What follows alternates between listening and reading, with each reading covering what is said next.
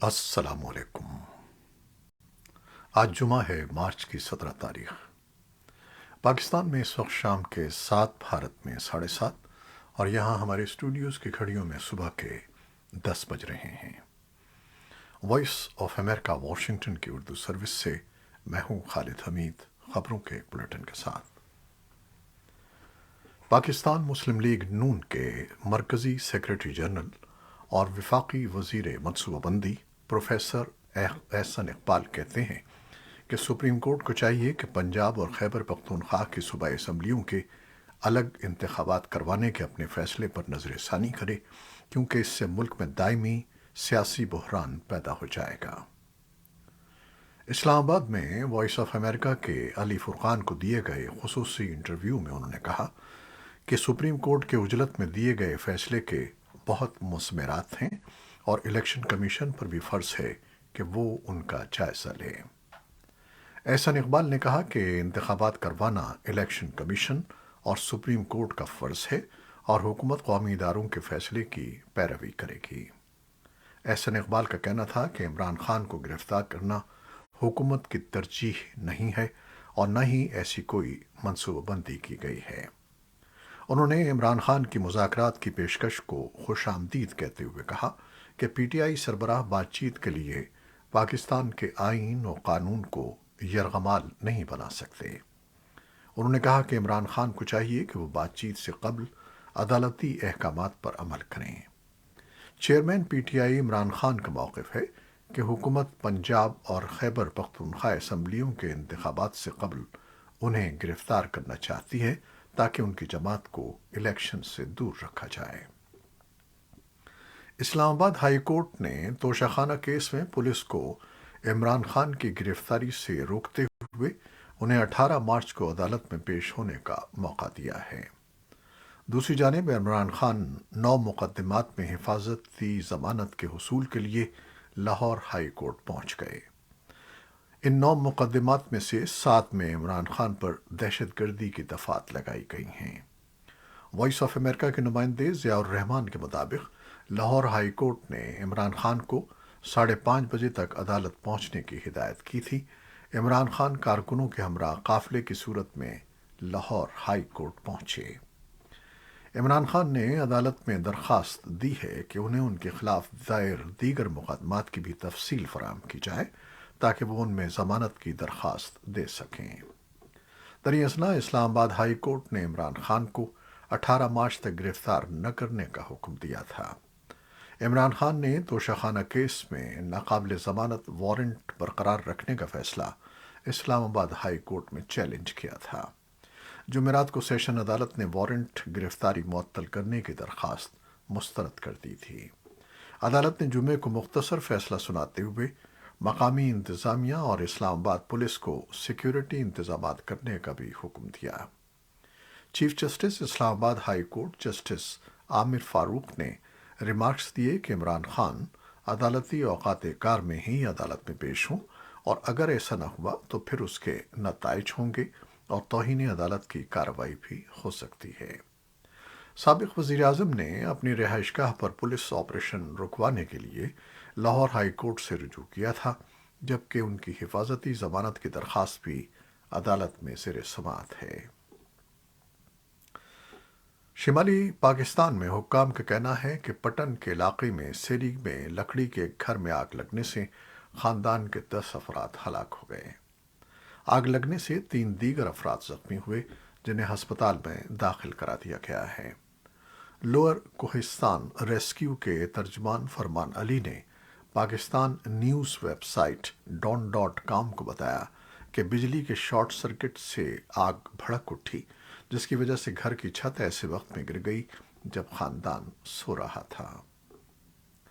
اسلامی تعاون تنظیم افغانستان میں متعلقہ حکام کے ساتھ بات چیت اور اپنی کوششیں جاری رکھے گی، اور انٹرنیشنل اسلامک فقہ اکیڈمی کے ساتھ مل کر خواتین کی تعلیم اور کام سے متعلق اسلامی موقف کے تحت مختلف پہلوؤں پر بات چیت کے لیے علماء کی ایک بڑی ٹیم افغانستان بھیجے گی۔ او آئی سی کا ایک بیان میں کہنا تھا کہ او آئی سی کے کابل میں دفتر کے ذریعے شاہ Salman humanities aid and relief centre کے ساتھ مل کر افغانستان کے لیے ہماری انسانی امداد جاری رہے گی۔ تنظیم کا کہنا تھا کہ ہم اسلامی ترقیاتی بینک کی جانب سے افغانستان ہیومینیٹیرین ٹرسٹ فنڈ کے ذریعے کی جانے والی کوششوں کو سراہتے ہیں اور رکن ممالک سے مطالبہ کرتے ہیں کہ وہ اس فنڈ میں عطیہ کریں تاکہ افغان عوام کو انسانی اور ترقیاتی مدد کی فراہمی جاری رہے۔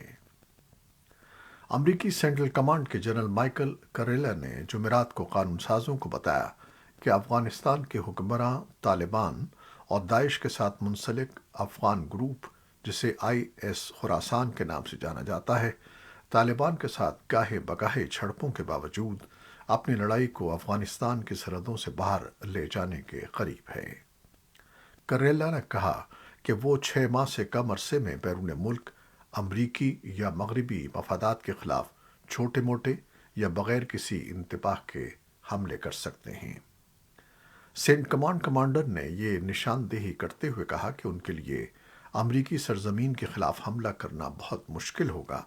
کہا کہ اس بات کا زیادہ امکان ہے کہ IS خراسان کے کارندے ایشیا یا یورپ میں مغربی یا امریکی مفادات کو نشانہ بنائیں۔ بھارت کی مشرقی ریاست آسام کے وزیر اعلیٰ ہیمنت بسوا سرما نے دعویٰ کیا ہے کہ وہ اب تک ریاست میں 600 مدرسوں کو بند کر چکے ہیں اور وہ تمام مدارس بند کرا دیں گے، کیونکہ وہ ریاست میں اسکول، کالج اور یونیورسٹیز چاہتے ہیں، مدرسے نہیں۔ مدرسوں کو بند کرنے کے وزیر اعلیٰ کے بیان کے خلاف احتجاج کیا جا رہا ہے اور اس بیان کی مذمت کی جا رہی ہے۔ تجزیہ کاروں کے مطابق آئین نے اقلیتوں کو اپنے تعلیمی ادارے قائم کرنے اور انہیں چلانے کی آزادی دی ہے، لیکن وزیر اعلیٰ مدرسوں کو بند کرنے کا بیان دے رہے ہیں۔ اس سے لگتا ہے کہ وہ آئین کو نہیں مانتے، جبکہ حکومت کا دعویٰ ہے کہ آسام جہادی سرگرمیوں کا اڈا بن گیا ہے اور مدارس کے متعدد اساتذہ دہشت گردی کے الزام میں گرفتار کیے جا چکے ہیں۔ بھارت نے اپنی فوجی طاقت میں اضافہ کرنے کی کوشش میں جمعرات کو $8.5 ارب مالیت کے میزائل، ہیلی کاپٹر، آرٹلری گنز اور الیکٹرانک جنگی نظام کی خریداری کی منظوری دی ہے۔ وزارت دفاع نے ایک بیان میں کہا کہ بھارتی فوج کے لیے سرمایہ کی منظوری دینے والے اعلیٰ سرکاری ادارے دفاعی حصول کونسل DAF نے اپنے تمام خریداریوں کے لیے $705 بلین یعنی $8.52 بلین کی منظوری دی ہے۔ ملکی دفاعی مینوفیکچرنگ کو فروغ دینے کے لیے وزیر اعظم نریندر مودی کی حکومت کی طرف سے زور دیا گیا ہے کہ تمام آرڈر بھارتی کمپنیوں کو دی جائیں گے۔ سلوویکیا نے جمعے کو یوکرین کو MiG لڑاکا طیارے فراہم کرنے کے منصوبے کی منظوری دے دی۔ سلوویکیا پولینڈ کے بعد نیٹو کا دوسرا ملک ہے جو یوکرین کے صدر ولادیمیر زیلنسکی کی جانب سے کئی درخواستوں کا جواب دیتے ہوئے روسی حملے کے خلاف جنگ میں مدد کے لیے طیارے بھیج رہا ہے۔ سلوویکیا کے وزیر اعظم ایڈورڈ ہیگن نے کہا کہ ان کا ملک یوکرین کو 13 MiG-29 طیاروں کا ریٹائرڈ فلیٹ بھیج رہا ہے۔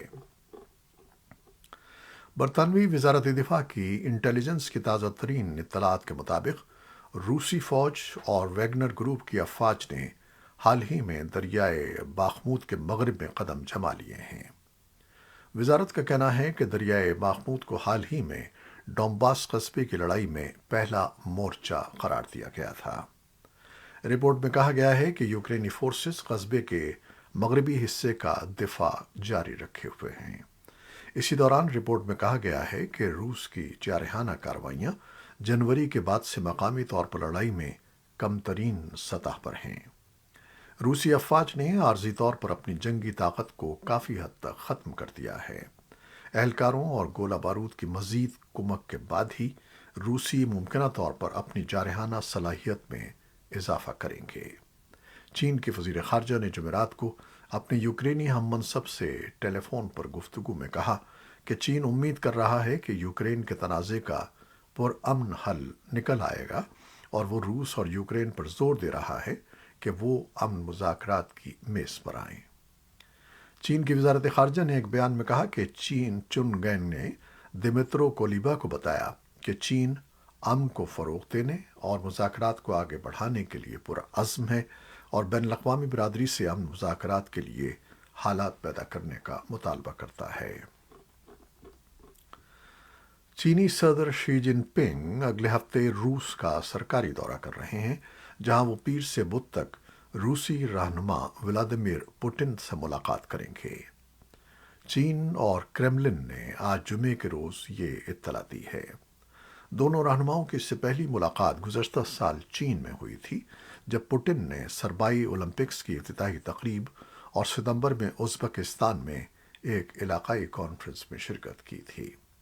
چینی وزارت خارجہ کے ترجمان وانگ وین بن نے جمعے کو کہا کہ شی جن پنگ کا روس کا دورہ دونوں ممالک کے درمیان حکمت عملی کی ہم آہنگی اور تعاون کو فروغ دے گا اور دو طرفہ تعلقات کی ترقی میں نئی تحریک پیدا کرے گا۔ چین اور روس نے متعدد شعبوں میں اپنے تعلقات کو مضبوط کیا ہے اور وہ کہتے ہیں کہ ان کی شراکت داری لامحدود ہے۔ امریکی وزیر دفاع لائٹ آسٹن نے امریکی فوج میں خودکشی کا رجحان کم کرنے کے لیے اہلکاروں کو ذہنی صحت کی سہولتیں مہیا کرنے سے متعلق کئی اقدامات کا حکم دیا ہے۔ امریکی حکام کے لیے فوجیوں میں خودکشی کا بڑھتا ہوا رجحان درد سر بنا ہوا ہے اور اس کے تدارک کے لیے برسوں سے کوششیں کی جا رہی ہیں۔ لائٹ آسٹن نے پینٹاگون کو ہدایت کی ہے کہ فوجیوں کو جلد از جلد مدد فراہم کرنے کے لیے مزید ماہرین کی خدمات حاصل کی جائیں اور ایسا نظام نافذ کیا جائے جیسے ذہنی مسائل کا شکار اہلکاروں کو ہفتے میں کئی مرتبہ علاج کی سہولت مل سکے۔ امریکی وزیر خارجہ اینٹنی بلنکن نے اس عہد کے ساتھ نیجر کا دورہ کیا ہے کہ ملک کے بے گھر لوگوں کے لیے انسانی امداد اور پرتشدد انتہا پسندی سے نمٹنے کے لیے ان کی حمایت کی جائے۔ بلنکن نے اس دورے میں مغربی اور وسطی افریقہ میں عدم استحکام کی وجہ سے پیدا ہونے والی ساحل کے علاقے کی ضروریات کو پورا کرنے کے لیے $150 ملین کی نئی امداد کا اعلان کیا۔ بلنکن نے کہا کہ پناہ گزینوں اور دیگر کمزور گروہوں کی فوری امداد کے علاوہ امریکہ خطے کے طویل مدتی استحکام میں سرمایہ کاری کرنے کا عہد کر رہا ہے۔ بلنکن نے ایک مشترکہ نیوز کانفرنس کے دوران کہا کہ امریکہ نیجر کے قانون نافذ کرنے والے اداروں کو دہشت گردی سے نمٹنے، سرحدی حفاظت کو مضبوط بنانے، انسداد منشیات کی صلاحیت کو بڑھانے اور اسمگلنگ کو روکنے میں مدد فراہم کرے گا۔ امریکہ کے نیجر میں 2 فضائی اڈوں پر فوجی اہلکار تعینات ہیں اور اس نے پرتشدد انتہا پسندی کا مقابلہ کرنے کے لیے نائجیرین مسلح افواج کو تربیت، ساز و سامان کی عطیات اور انٹیلیجنس، نگرانی اور جاسوسی کے لیے مدد فراہم کی ہے۔ آسٹریلیا نے امریکہ سے 220 ٹوماہاک کروز میزائل خریدنے کا عندیہ دیا ہے۔ اس سے قبل آسٹریلیا نے حال ہی میں اعلان کیا تھا کہ وہ خطے میں چین کے بڑھتے ہوئے اثر و رسوخ کے مقابلے کے لیے امریکہ اور برطانیہ سے جوہری طاقت کے حامل 3 آبدوزیں خریدے گا۔ آسٹریلوی حکام کا کہنا ہے کہ یہ نئی آبدوزیں ٹوماہاک میزائل فراہم کرنے کے قابل ہوں گی۔ چین ان آبدوزوں کی خریداری پر تشویش کا اظہار کر چکا ہے۔ فرانس کے صدر ایمانوئل میکرون نے ملک میں پینشن کے نظام میں اصلاحات کے ایک متنازع منصوبے کو پارلیمنٹ کے ووٹ کے بغیر منظور کر لیا ہے۔ اس اقدام کے خلاف ملک بھر میں مظاہرے جاری ہیں اور حزب اختلاف کی جماعتیں میکرون کے خلاف عدم اعتماد پر ووٹنگ کی تیاری کر رہی ہیں۔ صدر میکرون نے بل کی شدید مخالفت اور ملک میں جنوری سے جاری مظاہروں کے باوجود اپنے آئینی اختیارات استعمال کرتے ہوئے اس قانون کو منظور کیا ہے، جس کے تحت ریٹائرمنٹ کی عمر 62 سے بڑھا کر 64 برس کر دی گئی ہے۔ میکرون کا موقف ہے کہ فرانس کے شہریوں کی اوسط عمر میں اضافہ ہوا ہے، جس کے باعث پینشن کی مد میں سرکاری خزانے پر بڑھنے والے بوجھ کو کم کرنے کے لیے یہ اصلاحات ضروری ہیں۔ ایران کی سیکیورٹی فورسز نے نامور ایکٹیوسٹ اور صحافی سپیدہ قلیان کو رہائی کے کچھ دیر بعد ہی دوبارہ گرفتار کر لیا ہے۔